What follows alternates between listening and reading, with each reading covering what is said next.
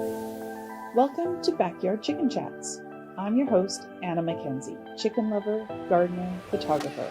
I'm a city girl, but I have a secret. I've always been fascinated by chickens. In the spring of 2020, we picked up our first 5 chickens, and, well, I fell in love. There was so much joy to be found in connecting with nature and food in my own backyard. I quickly realized that I wasn't the only urban gal joining this growing movement. Together, let's peek into the backyards of some fabulous ring chicken owners around Victoria and see what owning chickens is all about. Food security, connecting with nature, community, and yes, even a little chick therapy.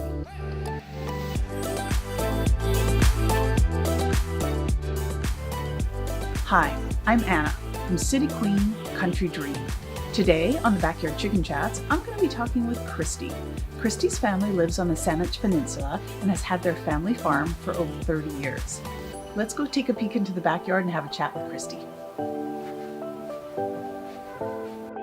Hey Christie! Thank you so much for having me over. Thanks for coming. This is so great. Oh, a chance to talk chicken? Yes. I'm there. Anytime, right? Hi Christie, thank you so much for having us to your farm. Can you tell me a little bit about yourself? Oh, well, thank you for coming. I am 32 years old. I've lived on this property and farm, which my parents bought when my mom was pregnant with me 32 years ago. Aww. And I've been here ever since. Loved animals from the get-go. And yeah, I'm a registered nurse as part of my employment to keep these little guys happy and fed. Keep the chickens in the life they've become accustomed to. Exactly. I like it. I'm married, no kids yet, but I have a lot of fur babies, 3 dogs. We have a horse, 22 chickens, 2 ducks, a cat, a cockatoo. So, and it's, we just seem to be adding animals more and more as it comes. So You do have a mini farm. Yeah. This is why I love it here. Yeah, I enjoy it too. It's my home, and I hope to stay here my whole life. So I love it. So have you always had chickens on this farm? From a very young age, at least 5 years old, my mom had gotten us chickens for Easter, and probably only about 10 at the time, 10 chickens. And we sort of learned together what caring for chickens sort of looked like. But, you know, as a young kid, it's mainly your parents' project that they invest their time and money into. And drag you into. But I loved it as a young kid. Like, we would pick up the chickens, bring them into the house, I'm sure, which my mom hated. But we loved it. We would follow them around, chase them around, you know, as kids do. About 3 years ago, a bunch of our chickens had sort of passed away at that time, and we had taken about a year or 2 break from the chickens, and we're thinking about getting some more. And my parents were like, well, why don't you take on this project as sort of something for yourself? So I was like, okay, let's do it. So, you know, I never kind of do anything halfway. So dove headfirst into that and have loved it ever since. So yeah, invested my own time, money, and I love them. They're so peaceful and enjoyable, and I kind of just love caring for animals. So The passing of the torch, Yes. I think, is really neat, that it was in your life all this time, but then at some point it kind of got passed over to you. yeah, How did that feel? good. I think once something becomes your project and is under your care, it becomes more of a passion instead of just a passing sort of thing that you interact with once in a while. But yeah, I really just dove into it. I'm maybe because it's my medical nursing background, I'm not sure, but I love sort of the anatomy, how things work with them. I love like learning about sort of the different diseases, how we can properly care for them. I think proper chicken or poultry husbandry is really important to learn about before just diving into getting them. So that's what I did, and I think it's worked out so far. So That's wonderful. Yeah. That's wonderful. Tell me specifically about your flock. How many you have? Do you have different breeds? Yeah. Have you had them since they were little tiny chicks? Or Yeah. So yeah, got them as pretty much day olds as chicks, and obviously a little bit of a different setup when you have young chicks. But that's always fun, a fun stage, seeing them kind of grow up, go through the ugly duckling stage with all the little feathers coming in from fuzzballs. And yeah, we've got Easter eggers, olive eggers, Barnevelders. What else do I have? Wyandottes, gold laced and silver laced. And yeah, and then a bunch of like different colored Easter eggers. So lots of like fun variety, different colors, different feather types, and different egg colors. So Ooh. I get blues, greens, more of like a greeny olive color from my olive eggers. And then your standard brown from my Wyandottes and stuff. But yeah, no, it's really nice to have that variety. I like that they're a heritage breed. These are my pets, not really there for egg production, just more for my enjoyment, and the eggs are kind of a bonus. What surprised you most about getting chickens? Maybe the amount of work. You think so? Yeah, I think so. I mean, that they all can have like little personalities, and they're all a little bit different. So from like that aspect, kind of neat. But I don't know, the work, yes. I think because I'm diving in full bore, I'm like, okay, what's the like right way to do this? What works? It's a lot of trial and error for things, but I feel like I have a good system down. Everyone cares for their poultry a little bit different, especially since poultry, generally are used for eggs or meat. And maybe it's getting a little bit more popular now to sort of have them as pets. But for me, there's a bit of a differentiation. So when they're livestock, they're treated a little bit differently than when they're your pets. And that time and investment and money that you're willing to put into that. So I don't know, maybe the most surprising thing actually is how many things can go wrong with a chicken. Lots of different like diseases and ailments that they can get. Like, okay, what are we dealing with? We're going through that trial and error. What's going on? Facebook groups tend to be helpful. You can reach out to local farmers, but a lot of times they might do things a little bit differently because again, it's more livestock lens that they're looking through instead of maybe the backyard farmer being or backyard chicken owner being like, I don't mind spending the $300 to get my chicken's foot looked at or whatever. So that's what I find so interesting. You're on a farm, but these wonderful chickens and a couple of ducks are more your pets, and you're treating them that way. And I love that you have a medical background. So tell me, if you were diagnosing, you've got a chicken, what are the signs that something's gone wrong?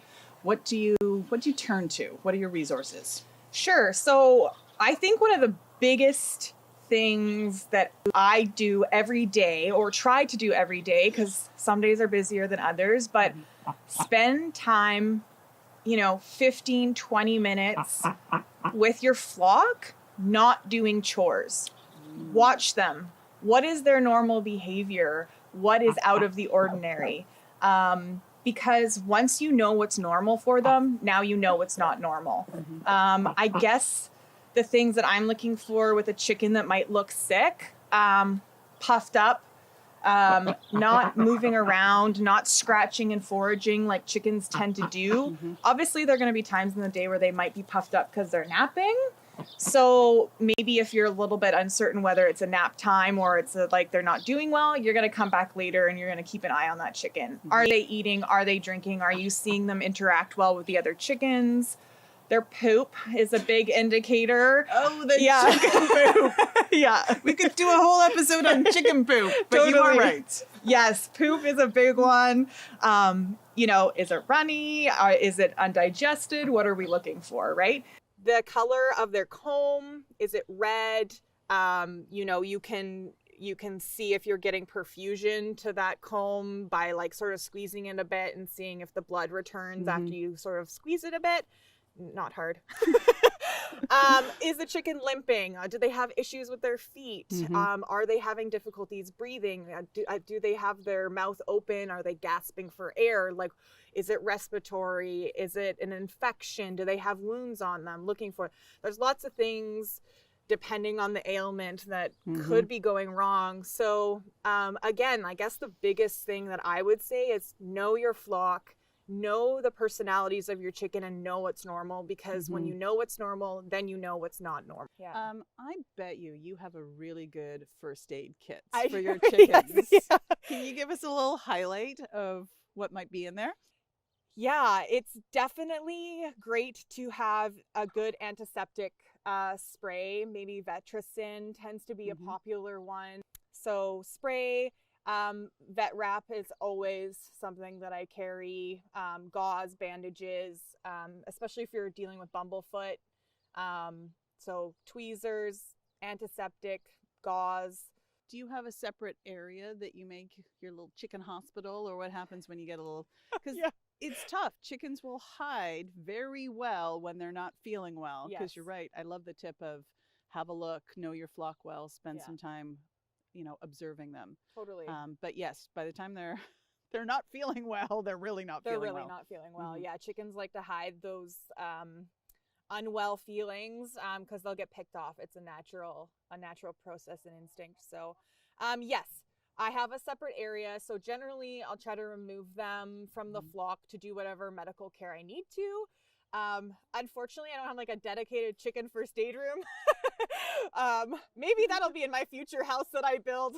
I don't know if my husband will go for that, but I would love that.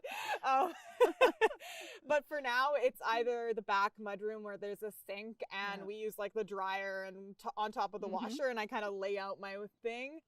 Always I need a hand. Like it's almost impossible to do and care for bumblefoot or injuries without a second person. So I'm super grateful I get to live with my family. Generally, someone's around to help.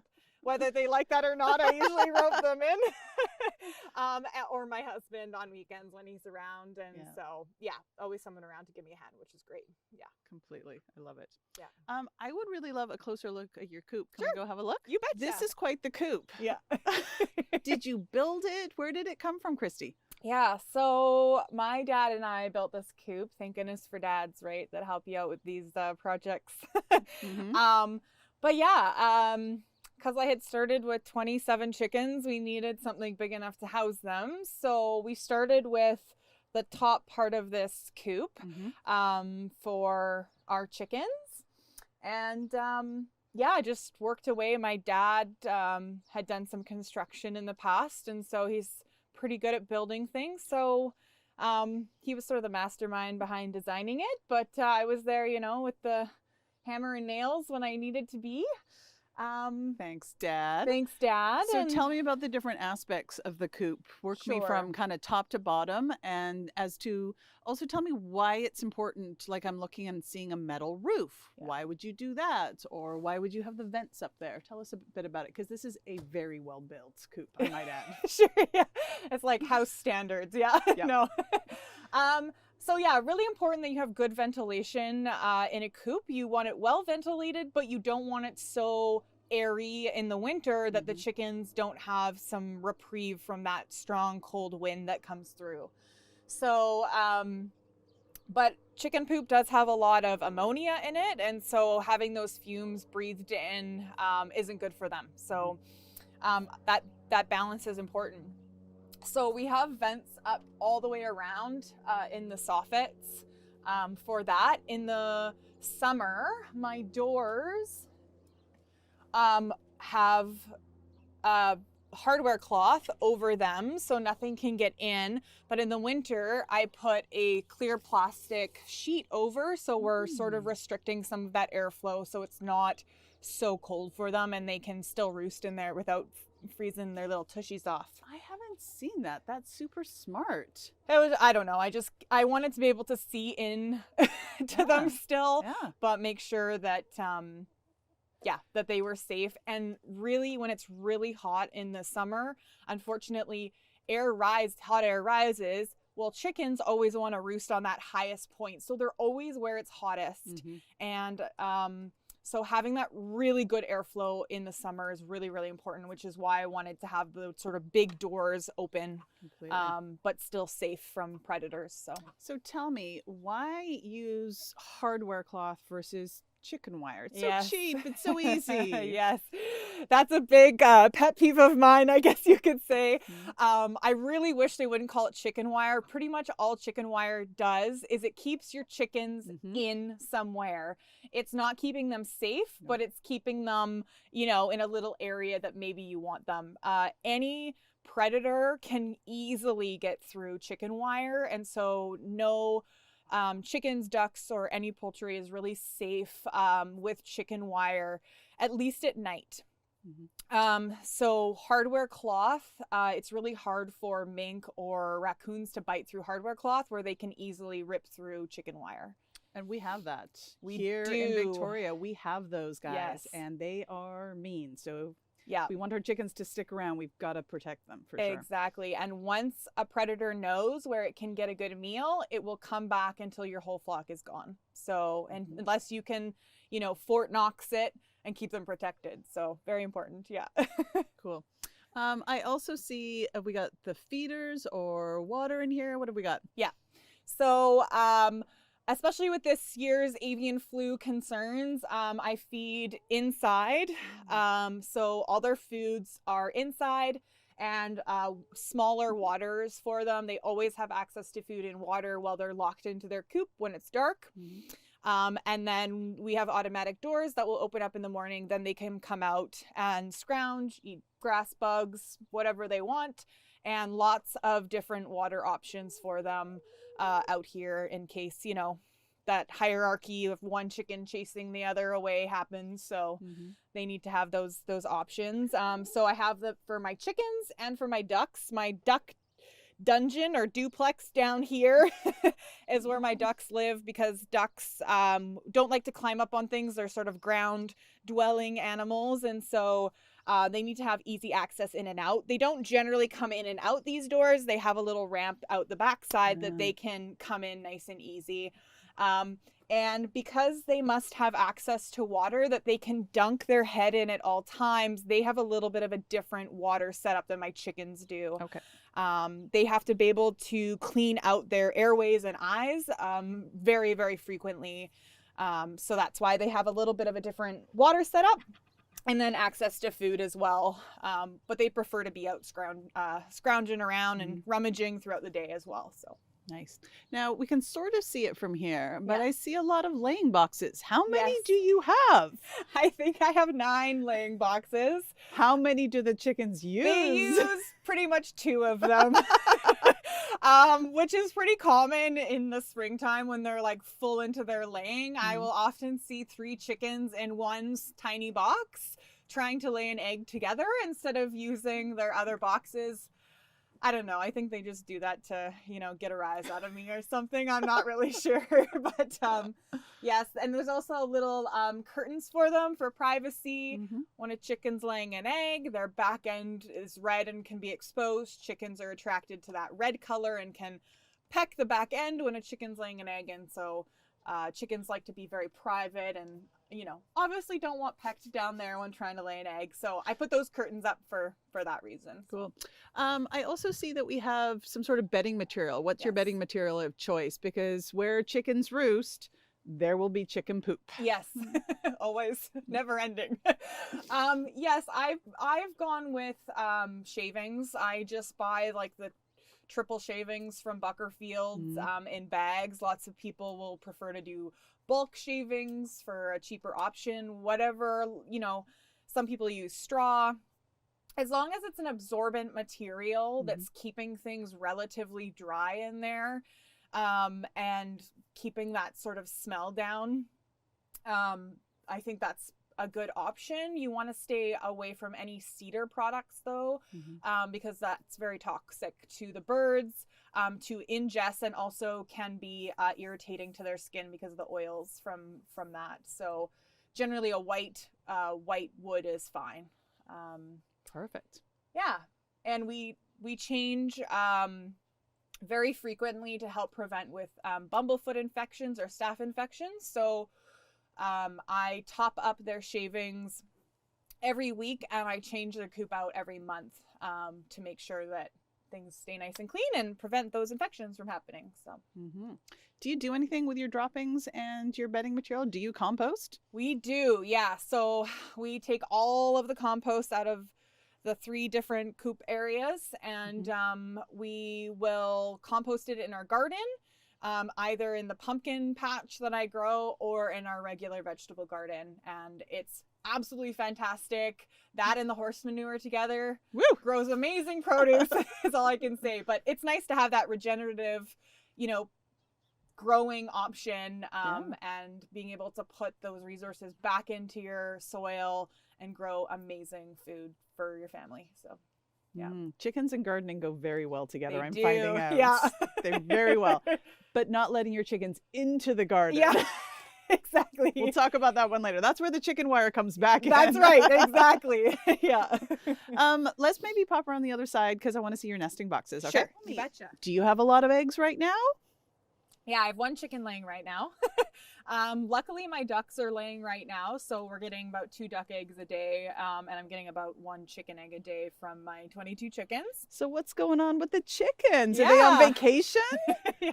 So it's a very natural process at this time of year. The chickens will start what's called molting, where they will pretty much shed all their feathers, maybe not all of them, but a good majority of them. They'll look very sad and tin feathery for a few months until they can grow those new feathers back in, and then they look gorgeous. Yeah, after a couple years, 2-3 years, you're gonna see like a significant drop off in the chickens laying eggs. So, again, that difference in, are these chickens just for laying eggs, or are these my pets? This is the cutest little coop on wheels. Yes, it is. Super handy to be able to move around, especially if you're going to do sort of rotational farming. If you've got the land and the space and you've got your chickens more in an enclosed area, which is sort of how we started.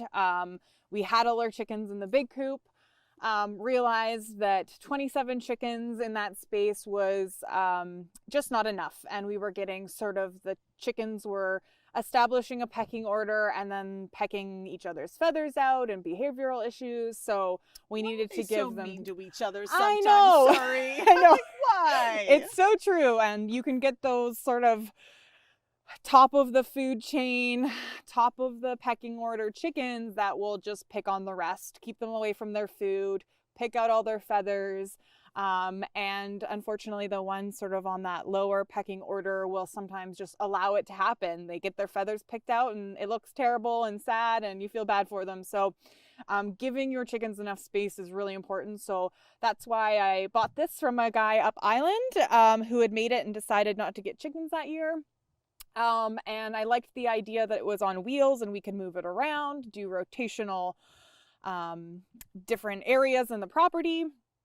And it's super light and easy to move, which was nice. It has easy access, 2 doors on the side, a ramp, and had good ventilation and all of that. So it seems like your flock has grown, which we all know chicken math is a real thing, people. Yeah, you just keep adding.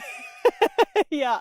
The more you have, the more you want. That's of right. the chickens. Yeah. But eventually, unfortunately, something usually happens, whether it's an injury or a sick chicken. Yeah. And at least when this first happened to me, I was rather unprepared that I was going to, there's no running down to the vet with your chicken. There's no, speak to us about that. What happens when we have a very sick chicken or an injured one? Unfortunately, due to high demand of vets and just maybe, I guess, the location of being on the island, we don't have access to poultry vets here on the island like places in Richmond might, or Abbotsford over in Vancouver might have more of those specialty vets to help you out with those things. We have recently added a vet, Dr. Pollock, who's been just so amazing with helpful advice and tips and being able to get antibiotics or medications And he's great because he'll actually come to your farm and see your animals, not just poultry, but small goats or other animals as well. But other than him, he's very busy pretty much seeing the whole South Island, there aren't very many poultry options for us, especially in an emergency situation when something needs to be done. Sometimes you might get an eagle attack, or a raccoon might get into your coop, or some respiratory infection hits your flock and you need immediate attention. You might have to make split decisions, and the most humane thing might be to dispatch that chicken as soon as possible to end their suffering. The first time you're dealing with that is probably going to be the hardest, especially when you've grown attached to them. They're your friends. They're special to you, and it's hard to be the one to make that decision. I agree. I think that's amazing. I think the biggest take we can hear from that is be prepared. Be prepared, exactly. Do a bit of research so that you're not caught off guard. Yeah, so well done. Have a plan for sure. Yeah. Okay, we need to go figure out who your favorite chicken is. Sure. Sounds good. Lighten it up a little. Yes. Who do we have here, Christy? This is Thelma, or Thelmy. She's my favorite hen. She's very sweet and very chill. Tends to like her snuggles a little bit more than the rest of my flock, and she comes running out to see me every evening when we tuck them away in bed for the night. So I feel like I have a little bit more of a bond with her than my other hens, though I love them all for their own individuality. But I don't know, something about her is special, and have had her since a baby. Like all of mine, but I don't know, she's sweet, and I love her little puffy Easter egg beard and little cheekies, and I just think she's adorable. Definitely not my prettiest hen, but I think she's pretty in her own way. Aww. So And what variety is Thelma?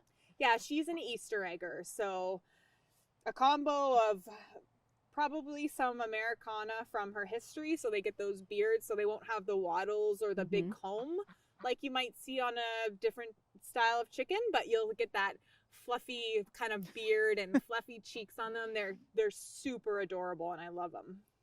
Yeah. What color eggs does Thelma lay when she's laying? She has pretty blue eggs, so very special lady. So tell me, Christy, future plans for the farm and the chickens? These ladies are getting a little bit older. I think I'm just going to sort of let them enjoy their years and final years together. I don't plan to really expand anymore into my flock. I might sort of let my flock kind of naturally dwindle. I got into ducks actually for the first time this year, and so that was a bit of a learning curve, but have really enjoyed my ducks a lot more than I expected, and so I might add a few more ducks. I love it. I love it. Thank you so much for having us out to your property, showing us around, and explaining so much about chickens and what they need and all of the things. Thank you so much, Christy. Oh, thank you. It's been really wonderful, and you're welcome back anytime.